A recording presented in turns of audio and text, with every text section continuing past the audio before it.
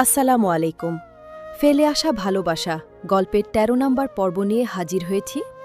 আদ্রর নির্দেশে সাদাবকে ছাড়ানোর আইনি প্রক্রিয়া শুরু হয়েছে। কিন্তু তৌসিফ খুব চালাক। সে সব প্রমাণ এমনভাবে সাজিয়েছে যে সাদাবকে বাঁচানো কঠিন হয়ে পড়ছে।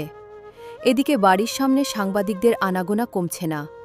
ভূমি নাস্তা নিয়ে আদ্রর ঘরে ঢুকল। আদ্র ল্যাপটপে কারোর সাথে ভিডিও কলে কথা বলছিল। ভূমিকে দেখে ইশারায় থামতে বলল। কথা শেষ করে আদ্র একটা দীর্ঘশ্বাস ফেলল। ভূমি, আরুষিকে নিয়ে আজই তুমি রাজশাহী বড় আব্বুর ভূমির বাবা কাছে চলে যাও। আদ্রর গলায় কোনো আবেগ নেই, শুধু আদেশ। ভূমি ট্রেটা টেবিলের ওপর ধপাস করে রেখে বলল, কেন যাব? বিপদের সময় আপনাকে একা ফেলে আমি কোথাও যাব না। আর আরুষিও তার বাবাকে ছাড়া থাকতে পারে না। আদ্র চেয়ার ছেড়ে উঠে দাঁড়াল। ভূমির খুব কাছে এসে ওর কাঁধ দুটো শক্ত করে ধরল। তর্ক করো না ভূমি, তৌসিফ এবার মরিয়া। ও সাদাবকে দিয়ে আমাকে দুর্বল করতে চেয়েছিল, কিন্তু ও জানে আমার আসল দুর্বলতা তুমি আর আরুষি। ও তোমাদের ক্ষতি করতে পারে। ভূমির চোখে জল চলে এলো। আপনার দুর্বলতা যদি আমরা হই, তবে আমাদের শক্তি তো আপনি। আপনাকে ছেড়ে আমরা নিরাপদ থাকব কিভাবে? আদ্র শক্ত চাউনিটা মুহূর্তের জন্য নরম হল। ও ভূমির কপালে মাথা ঠেকিয়ে ফিসফিস করে বলল, আমাকে কাজ করতে দাও ভূমি।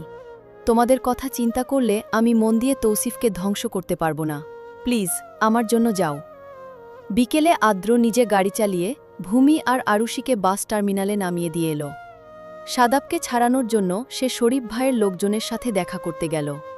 এদিকে ভূমি আর আরুষি যখন রাজশাহীর বাড়িতে পৌঁছালে তখন সন্ধ্যা হয়ে গেছে। মিস্টার তোফাজ্জল আহমেদ নাতনিকে পেয়ে খুশি হলেও ভূমির মুখ দেখে বুঝলেন কিছু একটা গড়বড়।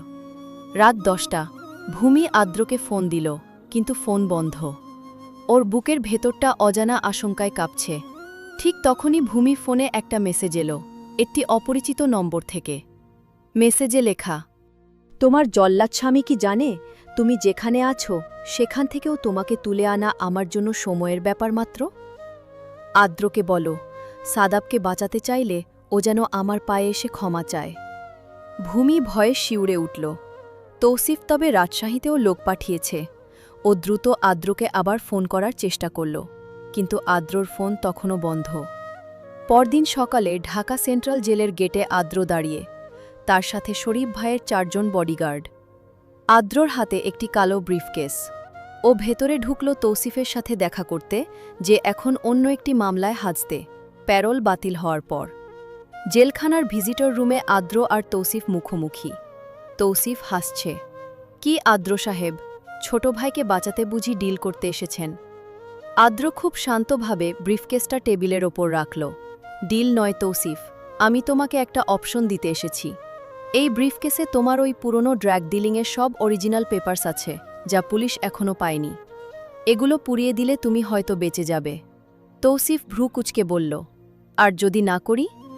আদ্র একটু ঝুঁকে তৌসিফের চোখের দিকে তাকিয়ে বলল, তবে আজ রাতেই তোমার ওই ভাড়াটে গুন্ডারা, যারা রাজশাহীতে আমার স্ত্রীর ওপর নজর রাখছে, তারা জ্যান্ত ফিরবে না।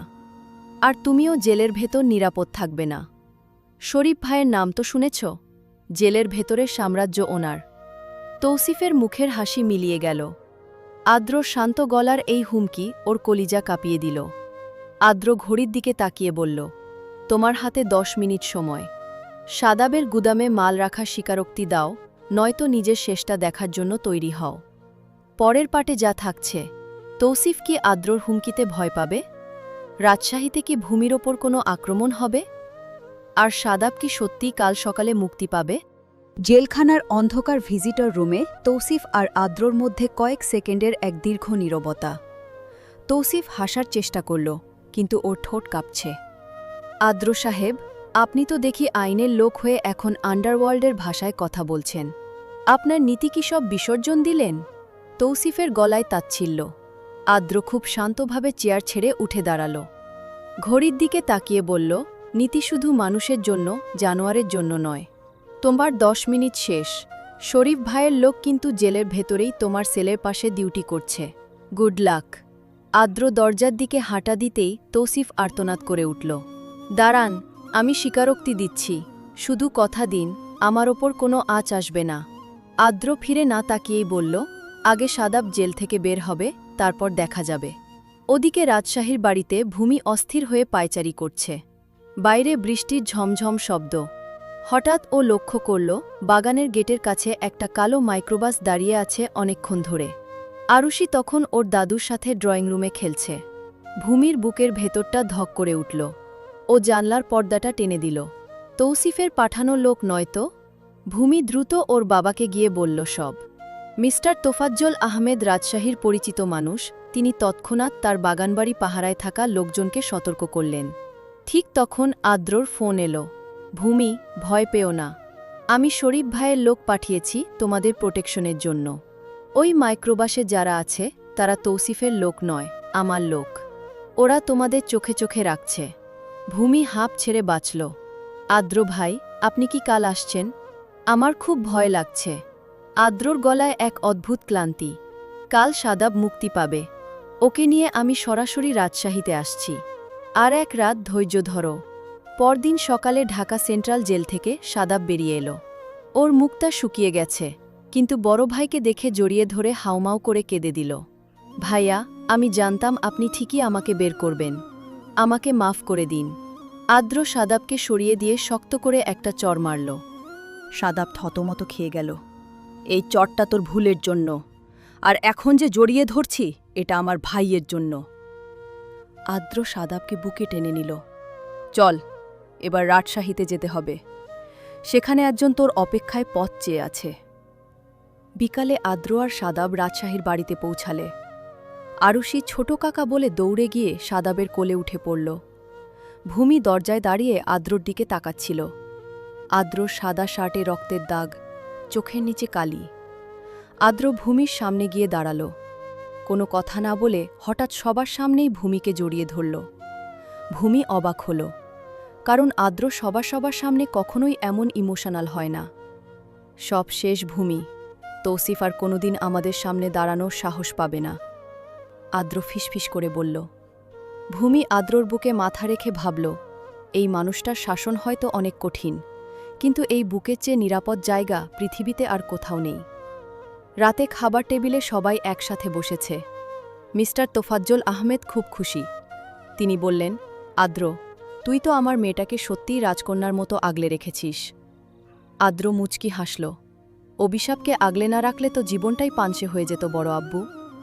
ভূমি মুখ টিপে হেসে আরুষিকে বলল, শুনেছিস আরুষি, তোর বাবা আমাকে এখনও অভিশাপ বলে। আরুষি ভাতের দলা মুখে নিয়ে বলল, বাবা তো কাল আমাকে বলেছে তুমি নাকি তার সুইট কার্স। এটার মানে কি মা? পুরো টেবিলে হাসির রোল পড়ল। আদ্রর কান দুটো লজ্জায় লাল হয়ে গেল।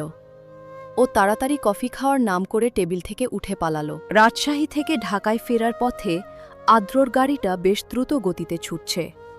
আরুষি পেছনের সিটে ঘুমিয়ে পড়েছে, ওর মাথাটা ভূমির কোলে। সাদাব অন্য একটা গাড়িতে মালপত্র নিয়ে আসছে।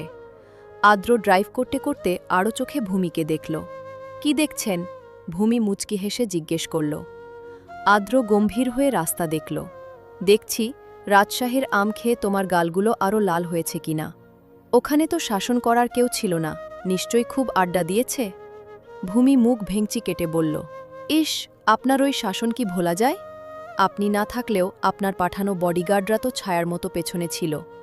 মনে হচ্ছিল আমি কোনো ভিআইপি প্রিজনার। আদ্র একটু হাসল। প্রিজনার তো বটেই, আমার হৃদয়ের কয়েদি। ভূমি থমকে গেল। আদ্রর মুখে এমন কথা। ও হাত বাড়িয়ে আদ্রর কপালে ঠেকাল। আপনার কি জ্বর এসেছে আদ্র ভাই?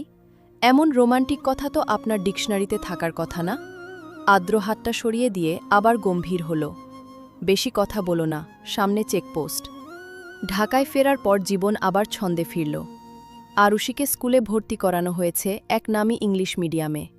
আদ্র নিয়ম, আরুষিকে সে নিজেই ড্রপ করবে। একদিন সকালে আরুষি স্কুল থেকে ফিরল মন খারাপ করে। ওর গালে একটা আঁচড়ের দাগ। আদ্র অফিস থেকে ফিরেই সেটা খেয়াল করল। ওর চোখ দুটো সাথে সাথে জ্বলে উঠল। কে করেছে এটা? আরুষি, সত্যি করে বলো। আদ্রর গলার স্বরে ড্রয়িং রুম কেঁপে উঠল। আরুষি ফুপিয়ে কেঁদে বলল, বাবা, ক্লাসের ফারহান আমাকে ধাক্কা দিয়েছে। ও বলেছে আমি নাকি দেখতে পচা। আদ্রর চোয়াল শক্ত হয়ে গেল। ভূমি পাশ থেকে শান্ত করার চেষ্টা করল। আরে বাচ্চারা তো এমন করেই। তুমি আবার স্কুলে গিয়ে সিন ক্রিয়েট করো না। আদ্র কোনো কথা না বলে আরুষিকে কোলে তুলে নিল। আগামীকাল সকালে আমি স্কুলে যাব। আমার মেয়েকে অপমান করার সাহস কার হয় সেটা দেখে আসব। পরদিন স্কুলে আদ্রর এন্ট্রি যেন কোনো সিনেমার দৃশ্য। কালো স্যুট পরে ও যখন প্রিন্সিপালের রুমে ঢুকল, পুরো করিডোর নিস্তব্ধ। ফারহানের বাবা মাকেও ডাকা হয়েছে। ফারহানের বাবা একজন প্রভাবশালী ব্যবসায়ী। তিনি বেশ দম্ভ নিয়ে বললেন, বাচ্চাদের ছোটখাটো বিষয় নিয়ে আপনি এত রিয়্যাক্ট করছেন কেন মিস্টার আদ্র? আদ্র খুব শান্তভাবে ফারহানের বাবার চোখের দিকে তাকাল। বাচ্চাদের বিষয় ছোট নয়, যখন সেটা ম্যানার্স আর রেসপেক্টের বিষয় হয়। আপনার ছেলে আমার মেয়েকে পচাচা বলেছে এবং ফিজিক্যাল অ্যাসল্ট করেছে। আমি চাই ও সবার সামনে আরুষির কাছে অ্যাপোলোজাইজ করুক। অসম্ভব। আমার ছেলে কেন মাফ চাইবে? ফারহানের বাবা চেঁচিয়ে উঠলেন। আদ্র পকেট থেকে একটা পেনড্রাইভ বের করে প্রিন্সিপালের টেবিলের ওপর রাখল। এই পেনড্রাইভে আপনার গত মাসের ট্যাক্স ফাঁকির সব ডিটেলস আছে। আমি জাস্ট একটা ফোন দিলেই আপনার ব্যবসা সিলগালা হয়ে যাবে। এখন ঠিক করুন, আপনার ইগো বড় নাকি ব্যবসা? ফারহানের বাবার মুখ ফ্যাকাশে হয়ে গেল। তিনি কাপা গলায় ফারহানকে বললেন মাফ চাইতে। ফারহান কাঁদতে কাঁদতে আরুষিকে সরি বলল। স্কুল থেকে ফেরার পথে আরুষি খুব খুশি। ও আদ্রর হাত ধরে বলল, বাবা, তুমি তো সুপারম্যান। ওই পচা ফারহান এখন আর আমাকে জ্বালাবে না। আদ্র আরুষির মাথায় হাত বুলিয়ে দিয়ে বলল, সব সময় মনে রাখবে আরুষি, কেউ তোমাকে ছোট করলে মুখ বুজে সইবে না। তোমার পেছনে তোমার বাবা আছে। বাসায় ফেরার পর ভূমি সব শুনে আদ্রকে ধরল। আপনি কি সব জায়গায় ব্ল্যাকমেইল করবেন? ওই লোকের ট্যাক্স ফাইল আপনার কাছে এলো কোত্থেকে? আদ্র কফি খেতে খেতে বলল, তৌসিফের সাথে লড়ার সময় অনেক নোংরা ফাইল আমার হাতে এসেছে। এগুলো দরকারি সময়ে কাজে লাগে। ভূমি দীর্ঘশ্বাস ফেলে বলল, আপনি কোনোদিন বদলাবেন না। ওই সেই শাসন আর জেদ। আদ্র ভূমিকে কাছে টেনে নিয়ে কানের কাছে মুখ নিয়ে ফিসফিস করে বলল, বদলেছি তো। আগে শুধু শাসন করতাম, এখন শাসনের সাথে তোমাকে আগলে রাখার নেশাটাও যোগ হয়েছে।